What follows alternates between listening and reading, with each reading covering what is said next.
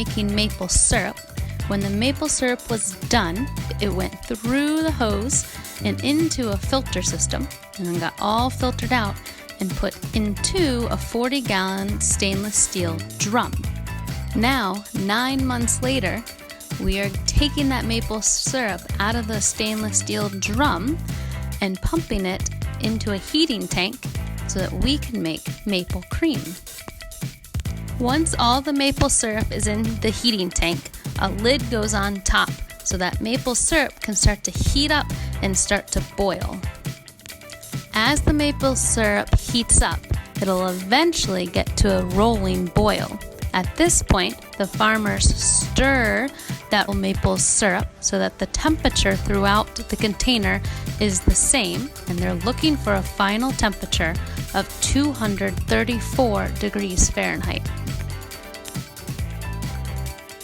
Once the maple syrup has reached the 234 degrees Fahrenheit, the farmers then draw off the maple syrup into smaller containers. Those smaller containers are then placed into an ice bath to cool down the maple syrup.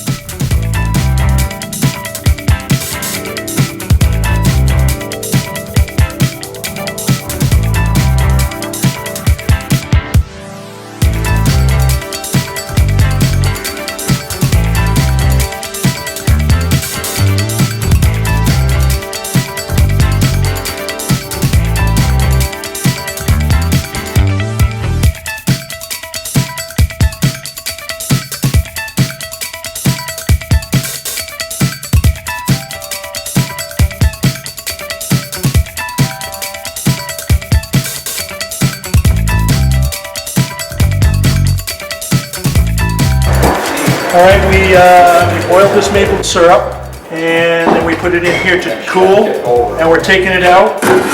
We're going to sit out overnight, and then tomorrow morning we will grind it. This is kind of the consistency of it. We like it just a little bit more solid, but we'll be able to grind it tomorrow morning. And voila, maple cream. Here we have Curt taking one of the small cooled containers of maple syrup and pouring it into the grinder, getting every last bit of that cooled maple syrup into the grinder to make it turn into maple cream.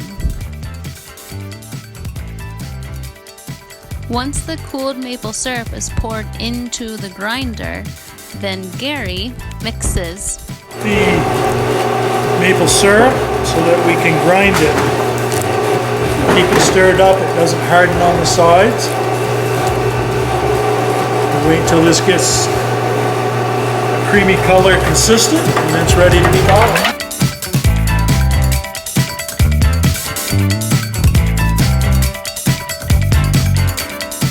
The cream has to constantly be stirred.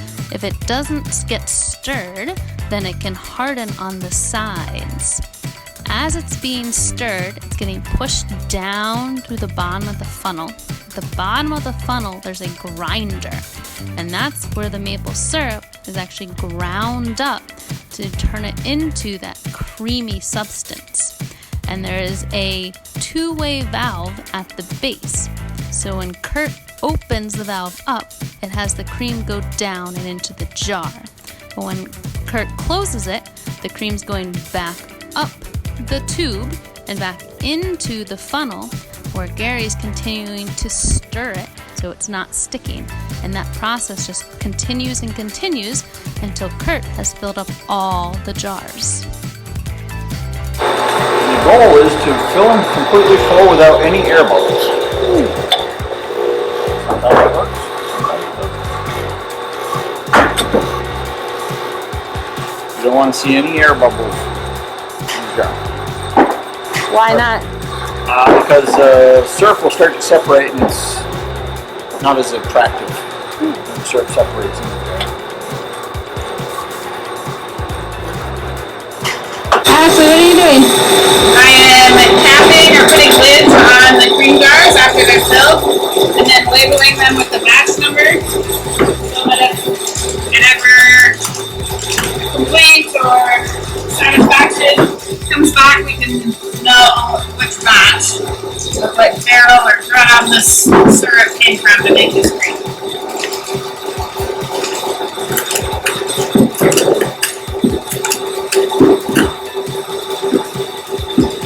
Then passing them to Diane. Diane, what are you doing? I am putting the maple cream labels on, 8-ounce label.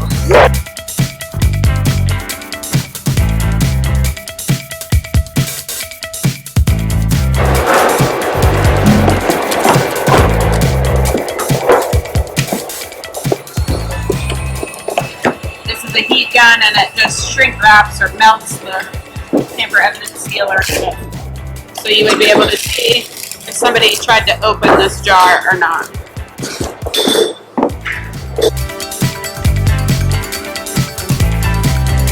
I am putting the sealed maple creams in a box and getting ready to ship.